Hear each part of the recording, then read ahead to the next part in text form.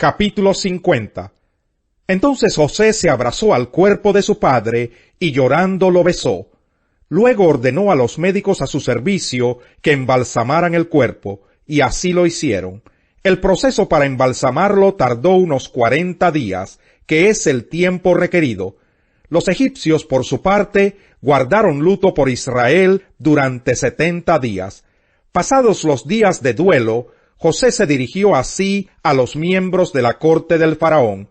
Si me he ganado el respeto de la corte, díganle por favor al faraón que mi padre antes de morirse me hizo jurar que yo lo sepultaría en la tumba que él mismo se preparó en la tierra de Canaán.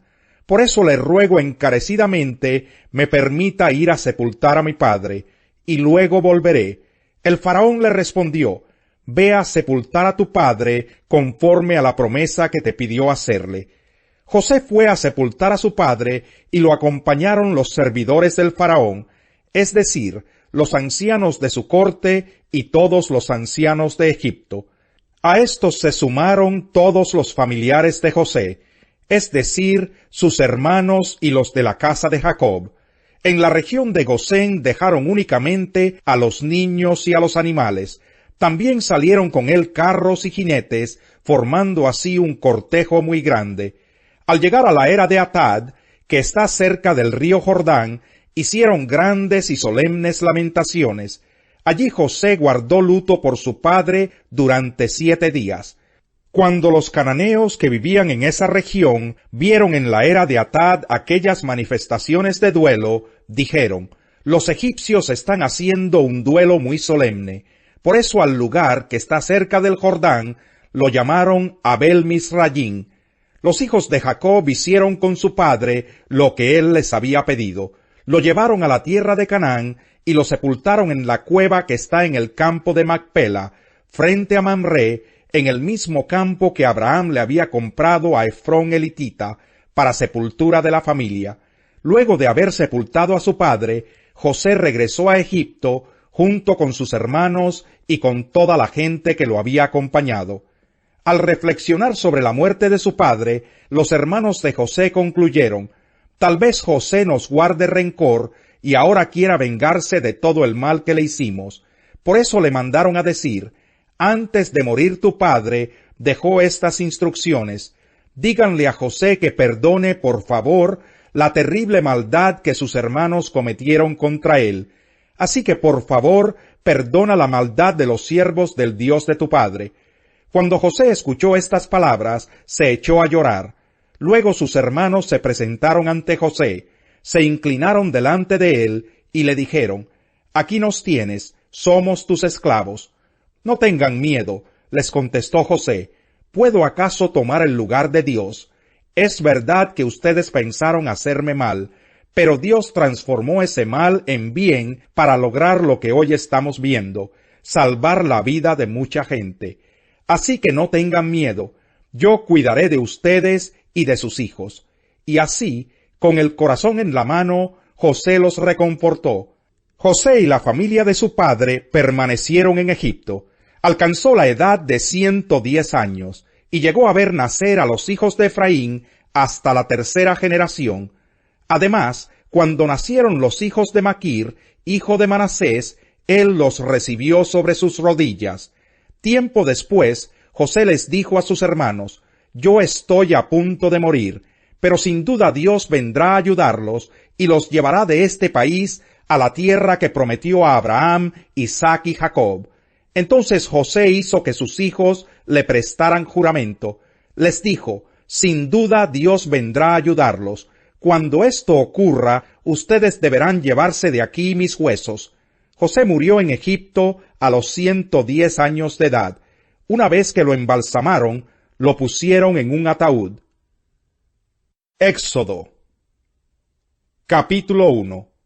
Estos son los nombres de los hijos de Israel, que acompañados de sus familias llegaron con Jacob a Egipto: Rubén, Simeón, Leví, Judá, Isaacar, Zabulón, Benjamín, Dan, Neftalí, Gad y Aser. En total, los descendientes de Jacob eran 70. José ya estaba en Egipto. Murieron José y sus hermanos y toda aquella generación. Sin embargo, los israelitas tuvieron muchos hijos, y a tal grado se multiplicaron que fueron haciéndose más y más poderosos. El país se fue llenando de ellos. Pero llegó al poder en Egipto otro rey que no había conocido a José, y le dijo a su pueblo: cuidado con los israelitas, que ya son más fuertes y numerosos que nosotros. Vamos a tener que manejarlos con mucha astucia. De lo contrario, seguirán aumentando, y si estalla una guerra, se unirán a nuestros enemigos, nos combatirán y se irán del país. Fue así como los egipcios pusieron capataces para que oprimieran a los israelitas. Les impusieron trabajos forzados, tales como los de edificar para el faraón las ciudades de almacenaje, Pitón y Ramsés. Pero cuanto más los oprimían, más se multiplicaban y se extendían, de modo que los egipcios llegaron a tenerles miedo. Por eso les imponían trabajos pesados y los trataban con crueldad.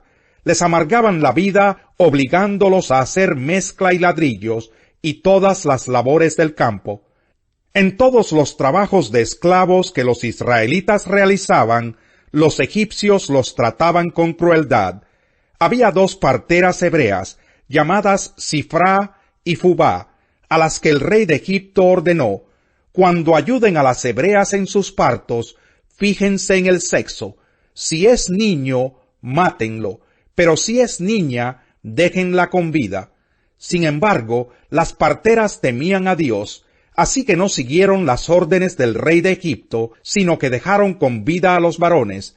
Entonces el rey de Egipto mandó llamar a las parteras, y les preguntó: ¿por qué han hecho esto? ¿Por qué han dejado con vida a los varones? Las parteras respondieron: resulta que las hebreas no son como las egipcias, sino que están llenas de vida y dan a luz antes de que lleguemos. De este modo los israelitas se hicieron más fuertes y más numerosos.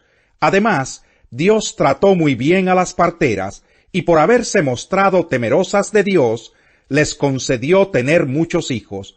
El faraón, por su parte, dio esta orden a todo su pueblo: tiren al río a todos los niños hebreos que nazcan. A las niñas, déjenlas con vida. Capítulo 2. Hubo un levita que tomó por esposa a una mujer de su propia tribu. La mujer quedó embarazada y tuvo un hijo, y al verlo tan hermoso, lo escondió durante 3 meses. Cuando ya no pudo seguir ocultándolo, preparó una cesta de papiro, la embadurnó con brea y asfalto, y poniendo en ella al niño, fue a dejar la cesta entre los juncos que había a la orilla del Nilo. Pero la hermana del niño se quedó a cierta distancia para ver qué pasaría con él. En eso, la hija del faraón bajó a bañarse en el Nilo. Sus doncellas, mientras tanto, se paseaban por la orilla del río.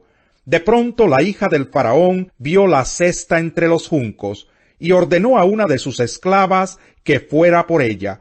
Cuando la hija del faraón abrió la cesta y vio allí dentro un niño que lloraba, le tuvo compasión, pero aclaró que se trataba de un niño hebreo. La hermana del niño preguntó entonces a la hija del faraón: ¿quiere usted que vaya y llame a una nodriza hebrea para que críe al niño por usted? Ve a llamarla, contestó. La muchacha fue y trajo a la madre del niño, y la hija del faraón le dijo: llévate a este niño y críamelo, yo te pagaré por hacerlo. Fue así como la madre del niño se lo llevó y lo crió. Ya crecido el niño, se lo llevó a la hija del faraón, y ella lo adoptó como hijo suyo. Además le puso por nombre Moisés, pues dijo: yo lo saqué del río. Un día, cuando ya Moisés era mayor de edad, fue a ver a sus hermanos de sangre y pudo observar sus penurias. De pronto vio que un egipcio golpeaba a uno de sus hermanos, es decir, a un hebreo. Miró entonces a uno y otro lado, y al no ver a nadie, mató al egipcio y lo escondió en la arena. Cuando llegó a la región de Cesarea de Filipo, Jesús preguntó a sus discípulos: ¿quién dice la gente que es el Hijo del Hombre? Le respondieron: unos dicen que es Juan el Bautista, otros que Elías, y otros que Jeremías o uno de los profetas. ¿Y ustedes, quién dicen que soy yo? Tú eres el Cristo, el Hijo del Dios viviente, afirmó Simón Pedro. Dichoso tú, Simón, hijo de Jonás, le dijo Jesús, porque eso no te lo reveló ningún mortal, sino mi Padre que está en el cielo. Yo te digo que tú eres Pedro, y sobre esta piedra edificaré mi iglesia, y las puertas del reino de la muerte no prevalecerán contra ella. Te daré las llaves del reino de los cielos. Todo lo que ates en la tierra quedará atado en el cielo, y todo lo que desates en la tierra quedará desatado en el cielo. Luego les ordenó a sus discípulos que no dijeran a nadie que él era el Cristo. Desde entonces comenzó Jesús a advertir a sus discípulos que tenía que ir a Jerusalén y sufrir muchas cosas a manos de los ancianos, de los jefes de los sacerdotes y de los maestros de la ley, y que era necesario que lo mataran y que al tercer día resucitara. Pedro lo llevó aparte y comenzó a reprenderlo. De ninguna manera, Señor, esto no te sucederá jamás. Jesús se volvió y le dijo a Pedro, Aléjate de mí, Satanás. Quieres hacerme tropezar. No piensas en las cosas de Dios, sino en las de los hombres. Luego dijo Jesús a sus discípulos, Si alguien quiere ser mi discípulo, tendrá que negarse a sí mismo, tomar su cruz y seguirme. Porque el que quiera salvar su vida, la perderá. Pero el que pierda su vida por mi causa, la encontrará. ¿De qué sirve ganar el mundo entero si se pierde la vida? ¿O qué se puede dar a cambio de la vida? Porque el Hijo del Hombre ha de venir en la gloria de su Padre con sus ángeles, y entonces recompensará a cada persona según lo que haya hecho. Les aseguro que algunos de los aquí presentes no sufrirán la muerte sin antes haber visto al Hijo del Hombre llegar en su reino. Capítulo 17. 6 días después, Jesús tomó consigo a Pedro, a Jacobo y a Juan, el hermano de Jacobo, y los llevó aparte a una montaña alta. Allí se transfiguró en presencia de ellos. Su rostro resplandeció como el sol, y su ropa se volvió blanca como la luz. En eso se le aparecieron Moisés y Elías conversando con Jesús. Pedro le dijo a Jesús, Señor, qué bien que estemos aquí. Si quieres, levantaré 3 albergues, uno para ti, otro para Moisés y otro para Elías. Mientras estaba aún hablando, apareció una nube luminosa que los envolvió, de la cual salió una voz que dijo, Este es mi Hijo amado, estoy muy complacido con él, escúchenlo. Al oír esto, los discípulos se postraron sobre su rostro, aterrorizados. Pero Jesús se acercó a ellos y los tocó. Levántense, les dijo, no tengan miedo. Cuando alzaron la vista, no vieron a nadie más que a Jesús. Mientras bajaban de la montaña, Jesús les encargó, no le cuenten a nadie lo que han visto hasta que el Hijo del Hombre resucite. Salmo 21. En tu fuerza, Señor, se regocija el Rey. Cuánto se alegra en tus victorias. Le has concedido lo que su corazón desea. No le has negado lo que sus labios piden. Has salido a su encuentro con ricas bendiciones. Lo has coronado con diadema de oro fino. Te pidió vida, se la concediste, una vida larga y duradera. Por tus victorias se acrecentó su gloria. Lo revestiste de honor y majestad. Has hecho de él manantial de bendiciones. Tu presencia lo ha llenado de alegría. El Rey confía en el Señor, en el gran amor del Altísimo. Por eso jamás caerá. Tu mano alcanzará a todos tus enemigos. Tu diestra alcanzará a los que te aborrecen. Cuando tú, Señor, te manifiestes, los convertirás en un horno encendido. En su ira los devorará el Señor, un fuego los consumirá. Borrarás de la tierra a su simiente, de entre los mortales a su posteridad. Aunque tramen hacerte daño y maquinen perversidades, no se saldrán con la suya, porque tú los harás retroceder cuando tenses tu arco contra ellos. Enaltécete, Señor, con tu poder, y con salmos celebraremos tus proezas. Capítulo 5. Hijo mío, pon atención a mi sabiduría, y presta oído a mi buen juicio, para que al hablar mantengas la discreción y retengas el conocimiento.